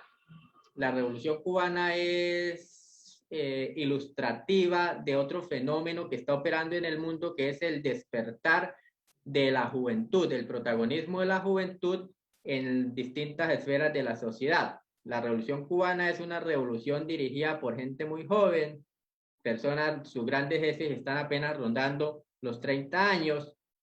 Otra influencia que marca a Colombia, ya se ha señalado en ponencias interiores, es esa ruptura que hay en el movimiento comunista internacional, que marca la aparición del maoísmo como una corriente diferente dentro de la izquierda o dentro del comunismo. Entonces, en Colombia también hay esa influencia de la Revolución China que marca ya una posición diferente al comunismo soviético, y que juntas todas ellas, la influencia cubana, la influencia china y las otras, la crítica a la izquierda tradicional, conforma lo que se vino a llamar la nueva izquierda. La nueva izquierda es ese proceso de aparición de nuevas corrientes dentro de la izquierda que se oponen a la tradicional izquierda del Partido Comunista, y que tiene como gran rasgo la defensa de la violencia para llegar al poder. Entonces, el movimiento estudiantil colombiano va a estar lleno de diversas corrientes que tienen como característica dentro de las universidades la defensa del socialismo, pues, el MOIR, los que están vinculados por la influencia cubana, pues son los estudiantes camilistas vinculados al ELN. Por el lado del maoísmo están los grupos que tienen simpatías con el EPL, que es otra organización guerrillera, en fin. Entonces, dentro del movimiento estudiantil opera una gran variedad de tendencias políticas que representan la nueva izquierda en el caso colombiano. Ya en la universidad, en cuanto a la forma como se concreta el movimiento de 1971, pues ya lo expresó el doctor Zamacá en su ponencia. Tiene su epicentro en Cali, con conflictos que son propios de la dinámica interna de la Universidad del Valle, que tiene que ver con la elección de directivos dentro de la misma. Eso genera marchas, protestas, paros, y al final se resuelve con la masacre de estudiantes que se da en el año 1976, con una masacre que se da a manos del ejército, y que dicen unos 15, otros 30 muertos. La cifra es incierta, pero el caso es que ocurre un estudiantes en Cali paralicen el sistema universitario, incluyendo universidades del orden privado. Ya se señaló también que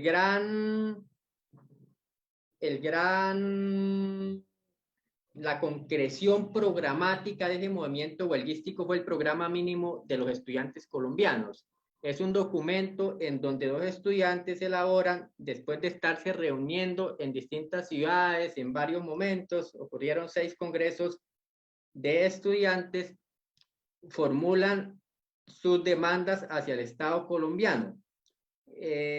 Básicamente los puntos que contiene el programa mínimo de los estudiantes era la supresión de los órganos de gobierno dentro de las universidades para modificar su composición, buscando que se incluyera en ellos, dándole primacía al estudiantado y al profesorado en vista de su participación mayoritaria en la composición de lo que era la comunidad académica. Se demandaba igualmente pues el aumento de presupuesto para la educación.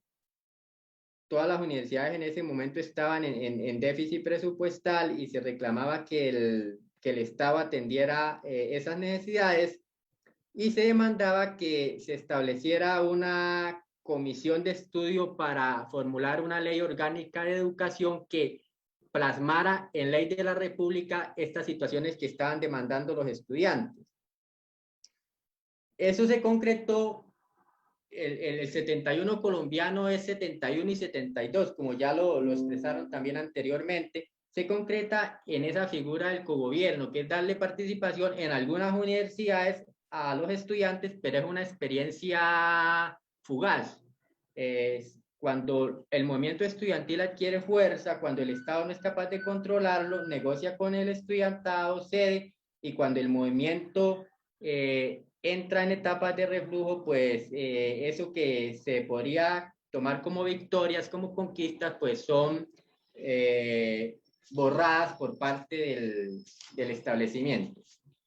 Esas a grandes rasgos es lo que podemos decir de la experiencia mexicana, de la experiencia colombiana, y ahora quisiéramos compararla con la experiencia mexicana, que es el caso de los enfermos, que es una experiencia de guerrilla que surge de las universidades, en la Universidad Autónoma de Sinaloa, entre los años del 73 y el 78. Es un proceso que tiene obviamente antecedentes y más adelante también tiene ciertos desarrollos, pero los eventos grandes se dan entre esos 2 años, en el 73 y el 78. Es una experiencia que fue estudiada por el profesor Sergio Arturo Sánchez en su tesis doctoral y después fue publicada bajo el título de Estudiantes en Armas. Lo interesante es que hay muchos elementos que se comparten con lo que hemos dicho antes con el movimiento estudiantil colombiano. El profesor Sergio Arturo pues marca ese contexto mundial también, ubica a los enfermos en bueno, señalemos primero el mote de los enfermos. ¿Por qué los llamaban los enfermos? Dentro de las discusiones que se dan en la universidad llega un momento en que se debate si es válida, si es necesaria o no la lucha armada como instrumento de cambio social, y aparece un sector muy radical, muy defensor de esa posición, y sus opositores los asimilan con la crítica que Lenin le formula a los extremistas en el comunismo con su título El infantilismo como enfermedad del comunismo en sus etapas iniciales. Entonces es para decirles, ustedes son enfermos, ustedes no comprenden lo complejo que es el fenómeno social y simplifican el asunto pensando que con irse a las armas van a solucionar el problema. Eso obviamente pues es una expresión de la nueva izquierda que se está dando también allá en México, la gran simpatía con las revoluciones cubana, con la revolución china y la opción por la lucha armada. El profesor Sergio señala lo que él denomina como causalidades que van a generar ese fenómeno, Él dice que entre esas está la represión que las fuerzas de izquierda y estudiantiles sufren en México, el agotamiento del modelo de desarrollo económico que pauperizó a amplios sectores sociales, el autoritarismo del Estado, la marginación social, la crisis y división de la izquierda mexicana que resultaba incapaz de brindar alternativas a los jóvenes descontentos con el sistema. Otra cosa que hay que señalar entonces es la importancia que tienen las universidades en las dos sociedades. México sufre una experiencia que es pues la universidad de masa, donde la universidad quiere un desarrollo gigantesco, igual que en otros países como Argentina y Brasil, en tanto que Colombia nunca alcanzó ese fenómeno de la universidad de masa. La universidad fue un fenómeno en Colombia muy reducido, elitesco, donde unas pocas personas eran las que accedían a la universidad, a pesar de que desde inicios de los años 50 se dio un proceso de creación de muchas universidades en la región, pues señala que hay un desarrollo también gradual del estudiantado. Hay un momento, inicia de 1909, cuando se crea la Federación Estudiantil, y hay un proceso también paralelo de colaboración con el establecimiento político que va madurando y al final se expresa en una ruptura política donde parte del estudiantado se inclina hacia la izquierda y la defensa de la ruptura y la necesidad de destruir la sociedad burguesa existente en el momento. Disculpa, Emilio, te quedan 2 minutos. Bien, gracias, ya redondeo.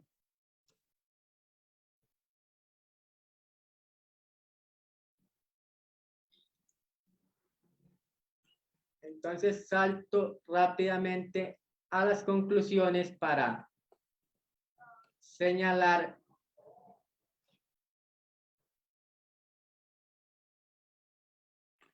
cómo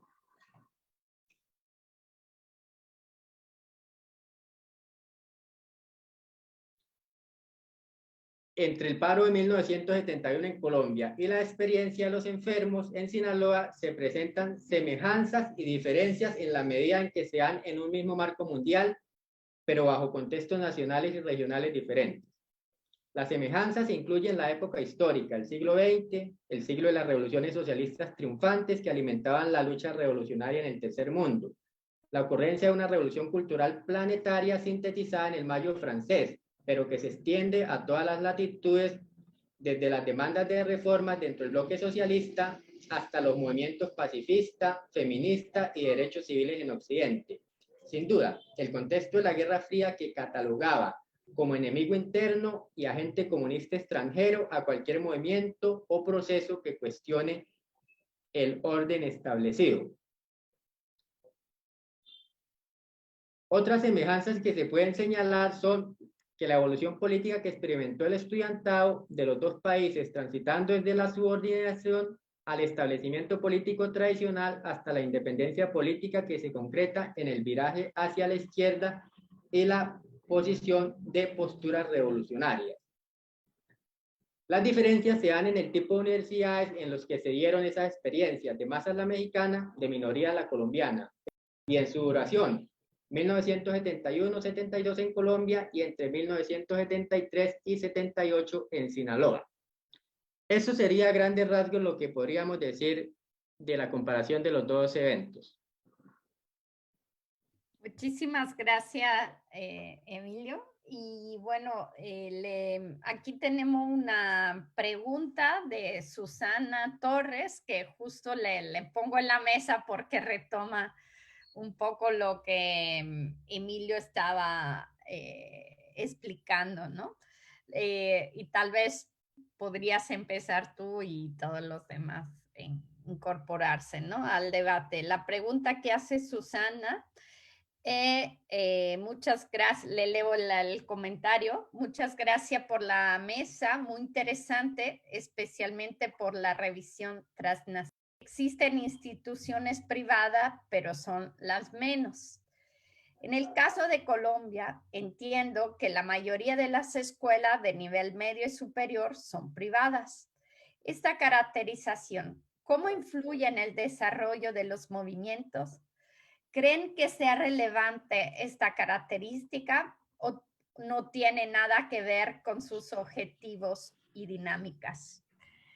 No sé si quiere empezar tú, Emilio, como ya lo estaba un poco presentando, lo demás. Bien, hay Adelante. que hacer dos consideraciones. La primera, son dos momentos históricos diferentes, ¿sí? Para el momento que estudiamos, para los años 70, la universidad pública era numéricamente mayoritaria. La mayoría de los estudiantes universitarios estaban vinculados a la universidad pública y con una preeminencia grande, o sea, la diferencia era grande en cuanto a universidades, estudiantes de universidad pública y estudiantes de universidad privada. Eso obviamente se refleja en la participación, en la dominancia de la universidad pública sobre los movimientos huelguísticos. Pero en esa época se señala en los distintos estudios, se recuerda que la universidad privada también participó, de forma minoritaria, obviamente, pero la universidad privada también participó y curiosamente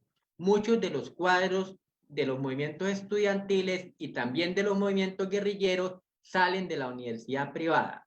Entonces, si bien el eje, el centro del movimiento estudiantil es la universidad pública, hay participación de la universidad privada incluso en el nivel de los cuadros directivos. Ahora, el momento actual es diferente, la proporción se ha invertido, la mayoría del estudiantado universitario está en universidades privadas, pero sin embargo el eje del movimiento de protesta estudiantil se mantiene, es en la universidad pública. Igual, con una participación de la universidad privada en la situación que se presenta por estos días en Colombia, las marchas, el paro, varias universidades privadas, incluyendo universidades de élite, las universidades en las que se educan los sectores más pudientes de la sociedad colombiana, se han expresado mediante comunicados, mediante manifestaciones de apoyo y de solidaridad con el movimiento que se vive en estos momentos, pero también incluso algunas se han declarado en cese de actividades. O sea, no es una solidaridad solamente de palabra, de un comunicado, sino que hay una participación seria, comprometida al punto de suspender actividades. Entonces, obviamente que la condición de el carácter de institución pública o privada influye, pero la primacía de la protesta social en Colombia sigue estando en las instituciones de educación universitaria de carácter público. No sé si Gabriel, Héctor querían añadir algo sobre lo que nos compartió Emilio. No sé si Héctor quisiera la pregunta, que creo que apunta a un tema fundamental. Para este periodo hay que recordar una cosa: en el programa mínimo de los estudiantes colombianos, uno de los puntos de este pliego de peticiones o exigencias tenía que ver con la reapertura del Departamento de Sociología de la Universidad Javeriana. ¿Y qué era la Universidad Javeriana? Que fue uno de los epicentros dentro de la universidad privada del movimiento del 71. Digamos, era una universidad confesional regentada por la comunidad jesuita, pero que en el núcleo de sociología, por ejemplo, se gestó un movimiento que se llamó el Movimiento Cataluña, muy importante en ese contexto, digamos, del año 71 en Bogotá, y que va a desarrollar, digamos, una postura crítica frente a las autoridades universitarias, pero frente a la política educativa en general. Entonces, digamos, va a haber un papel importante. No es tan conocido, desafortunadamente, lo que mencionaba Emilio. Hay universidades de élite, como la Universidad de los Andes, por ejemplo, que también se va a vincular, pero que no conocemos en detalle cómo fue que se dio ese tipo de trabajo político, esa participación. Complementar también con un dato muy puntual. Dentro, más o menos a mediados de los años, a mitad de siglo, otra universidad privada de carácter liberal, como la Universidad Libre de Colombia, algún núcleo de los estudiantes del programa de Derecho, de los abogados en formación, va a nutrir las filas de la juventud del movimiento revolucionario liberal.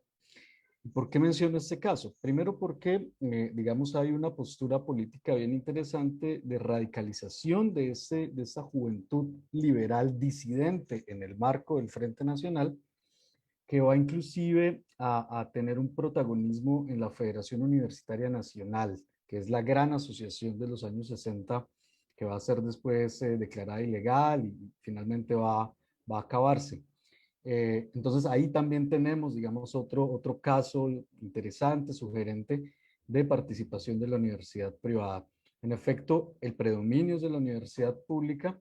Yo creo que en ese sentido la lectura más integral de la movilización y de la protesta estudiantil en la época debe incorporar la división privado-pública, digamos, es muy importante, pero también debe enfatizar en los matices y en las diferencias regionales y además de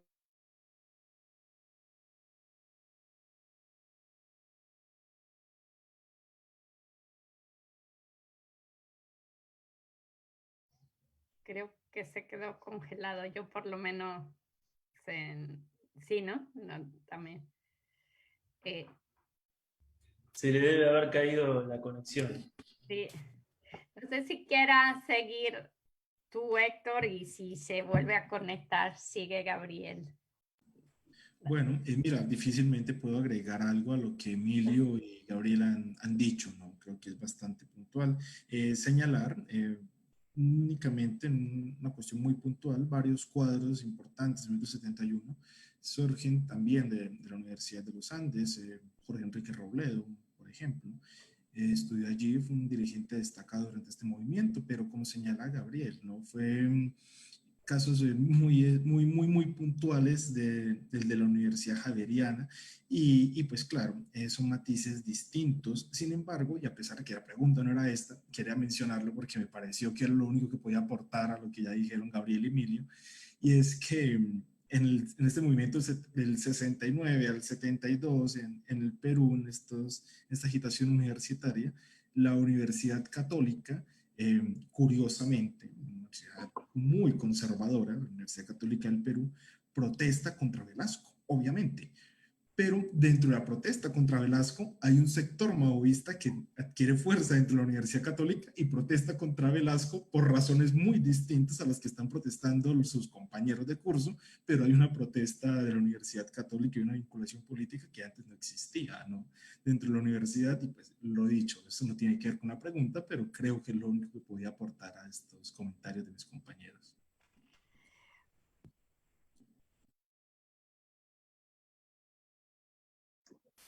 Estás Le sin quedó micrófono. muteado el teléfono, che, el micrófono. Ay, perdonen. Muchas gracias, Héctor, por la precisión. Y Gabriel, no sé si quiera terminar el comentario. No, disculparme por la conexión, se cayó un No, momento, pero no, creo que lo fundamental ya se ha planteado y muy interesante eso que mencionaba Héctor acerca de la Universidad Católica en Perú. Es bien interesante. pues agradezco a todos sus ponencias y compartir sus reflexiones, sus investigaciones y con esa mirada latinoamericana, transnacional, creo que podemos entender un poco más esos movimientos del 71 en este contexto global.